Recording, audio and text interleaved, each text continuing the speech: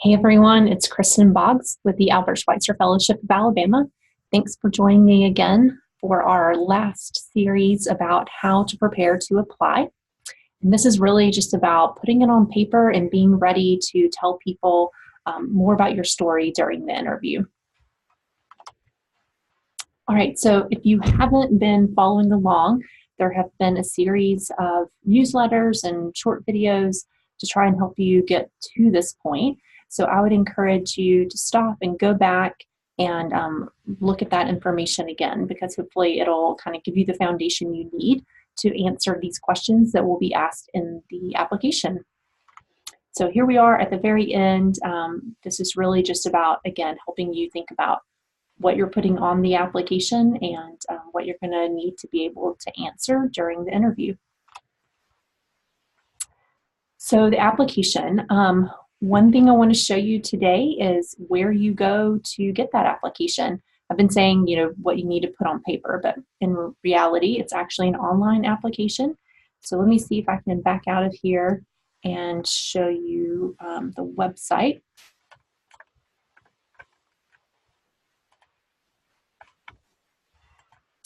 All right, so hopefully you've been to our website. This is just the schweitzerfellowship.org main page. So you're going to first need to navigate to us by going to chapters. And then down here on the bottom, select Alabama. And then you'll see in this right toolbar a couple of options. So make sure you are selecting either single or partner, depending on if you are applying to do an individual project versus if you are, two people applying to work together. So I'm going to assume that you are in the situation of being a single applicant, and I'll show you that. But in essence, the partner application is the same questions. It just duplicates some of the demographic questions twice to give you space to give this introductory information about both of you. All right, so we're going to kind of zoom through this. I don't want to spend too much time, but just want to touch on a couple of the highlights, I guess. Again, the top part of information is just sort of demographics. Then it'll ask you some education-related questions. We mainly want to confirm that you are, in fact, going to be staying enrolled in graduate school through April 2020 when the upcoming year ends. It will ask and remind you 2 times in the application, in fact, about these important dates. So please make sure that you carefully check them. Go ahead and mark them on your calendar. Just hold it just in case. But those required attendance dates are our orientation retreat, which is going to be April 6th through 7th, and then the mid-year retreat, which will be October the 5th. And those are Saturday or Saturday-Sunday events. All right, and then it gets into the project information questions. A lot of this is what I've already encouraged you to be thinking about, right? So you should recognize this. What is the target population that I am seeking to address? What are the goals for my project? What are the outcomes, in other words, that I'm wanting to work towards? Now, this question is optional, but I do encourage you to give some thought to it. So it asks what evidence you have that this intervention you're suggesting could be effective. And this evidence could be something in the literature. So you could, point to an article that mentions the effectiveness of something, or you could even just talk about another organization that's been successful. So sort of an on-the-ground, real-world, example, or something that's more literature-based. And again, it does say you can skip that if you don't know.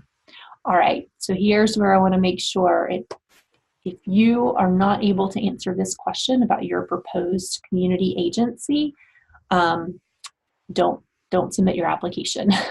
Talk to me first. Maybe there's a case where I'll say, okay, go ahead and submit it the way you have it now, but I would much rather work with you a little bit more before that February 1st deadline and get an agency, agreeing to work with you, because that's going to be a red flag for our advisory council when they do the interview or when they're even just reviewing your application deciding whether or not to interview you. If you don't have a community site, they're going to be a lot more wary of whether or not your project is going to be feasible. All right, and then there are a couple of questions where I just want to let you know that, as much detail as you can provide is helpful, but we're not expecting, really long, extremely thought out responses. And so this evaluation is one of those where I fully expect that what you write on your application may change by the time you actually put it into practice. But essentially, we want you to think about, how would you monitor whether or not your project is being effective? And it gives some examples there. This one is something, though, that you can be more thoughtful and specific about. But, think about how would you get in enough of your direct service time in particular. Sometimes fellows, I think, overestimate or underestimate, I should say, what that will take. And so you just go ahead and think now, if I'm conducting workshops, how many meetings would I need to conduct? If I'm doing workshops, is that also in conjunction with, meeting one-on-one with all of my program participants? And some of you also need to interpret this question to mean, kind of what are my start and end dates? If you're going to be out of the country or doing an internship out of state for the summer, or if you know that you have to wrap up your project in February in order to study for the STEP exam, then acknowledge here that you've considered that and how you're going to make sure you get your time in the other months. All right, enough about that. Sustainability, this is again one of those questions where I fully expect it to change once you actually put your project into action, but go ahead and let us know at least what possible ideas you have about how it could live on beyond your time as a fellow.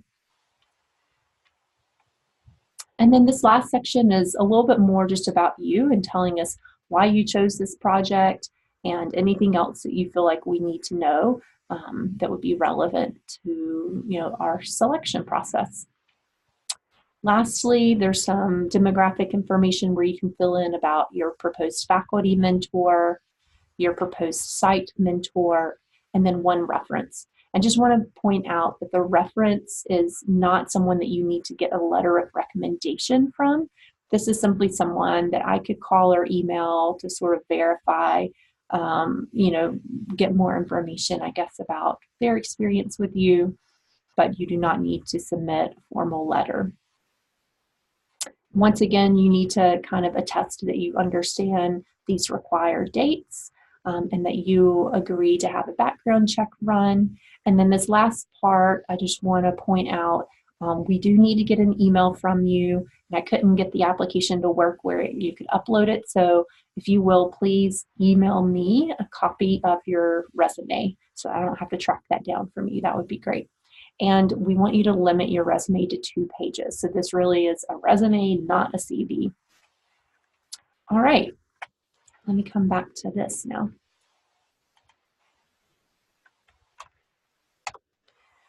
So in terms of what happens after you hit send, there's going to be an initial review. We wait until all the applications have come in. We evaluate them all, excuse me, and make some decisions about who to offer interviews to. So you should be hearing from us around February the 8th, and then we'll ask you to fill out a short little kind of time survey about what your availability is on the afternoons of February 19th and February 20th.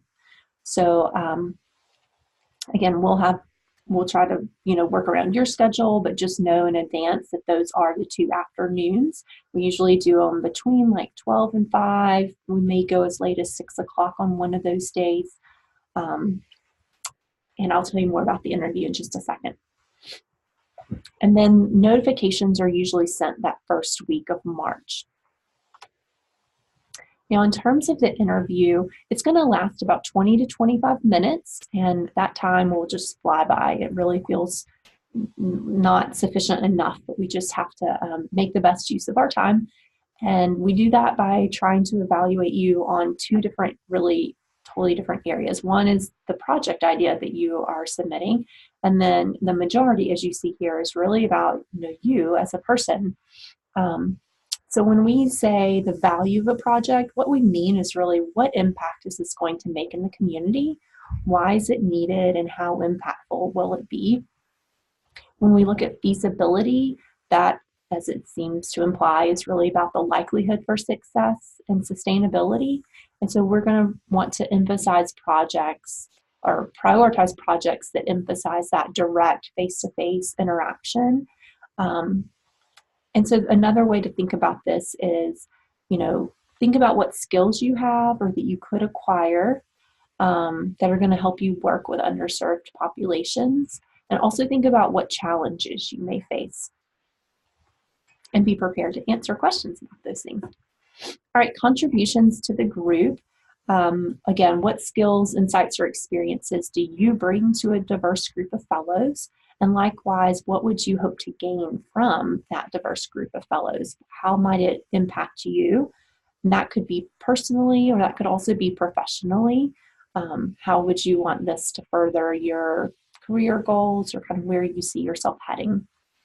Time availability is pretty straightforward. We just want you to make sure that you've understood the time commitments involved, and that we have confidence that you can fit this into your already busy schedules.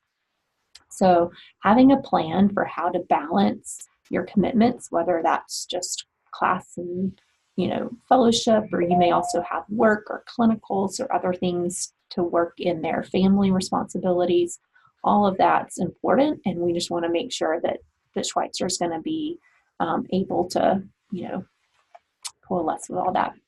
All right, and then the last thing there, I listed as, alignment of core characteristics. This is really just where we're trying to get a better sense of who you are and what your kind of personal characteristics are. This is where we get to ask you about experiences you've had with, working with teams, overcoming challenges and failure, any other situations that have been really impactful to kind of make you the person you are today. Sorry about that. And then, we're just looking for people who are humble and passionate, respectful, mature, empathic, and more. But those are some of the characteristics that we're looking for. All right, so in closing, I just want to say that if you have not already met with me, I'm still happy to do so. I'd love to kind of get that together in November or December so that before you go on any holiday breaks, you already have some plans in mind and can be ready to work on this over your break. And then lastly, February 1st, it'll be here before we know it. I will definitely send a reminder and, make sure that it's on your calendar, but that is the deadline to apply. So we hope that we receive your application before then. If you need to reach me, reach out by email or phone, and I am happy to help. All right, bye.